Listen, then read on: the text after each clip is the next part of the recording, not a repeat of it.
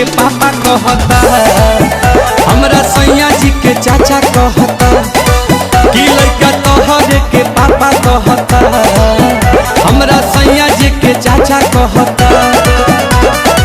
ओही दिन से खोजता ते रोवता चिल्ला के, ओही दिन से खोजता ते रोवता चिल्ला के।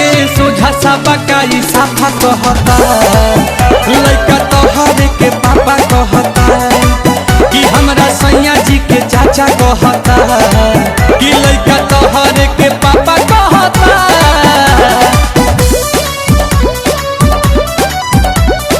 Music by Priyanshu Singh.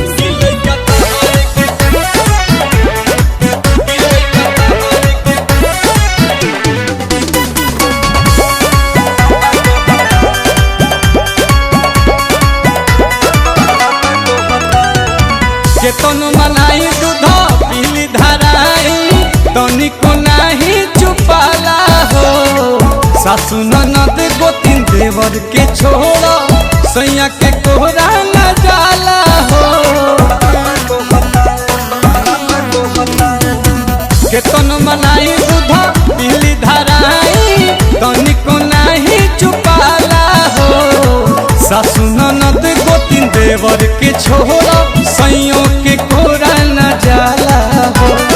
रही जात मन हमर भीतरे लजा के, अपने देरी में कातू गइला सिखा के। खाए के गोलगप्पा कहता, लड़का तोहरे के पापा कहता कि हमरा सैया जी के चाचा कहता, लड़का तोहरे के पापा कहता।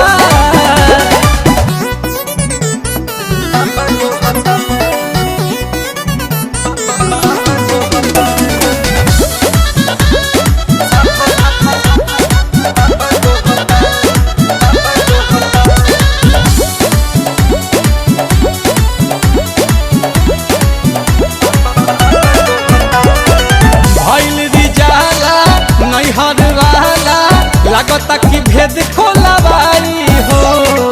विपत के घड़ी गोविंद खड़ा ही कहरी, लगे पिया से पिटवाई हो। भइल रिजाला नैहर वाला, लागता भेद खोलवाई हो। विपत के घड़ी रोशन खड़ा ही कहरी, लगे पिया से पिटवाई हो।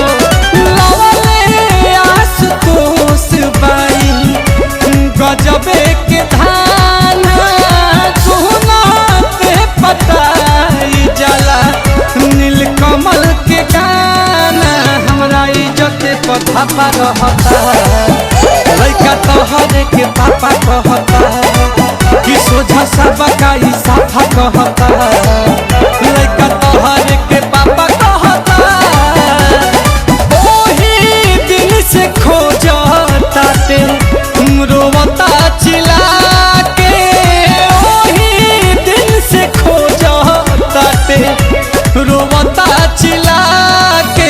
सोझा सा बकाई साफा कहता, लड़का तोहरे के पापा कहता कि हमरा सैया जी के चाचा कहता।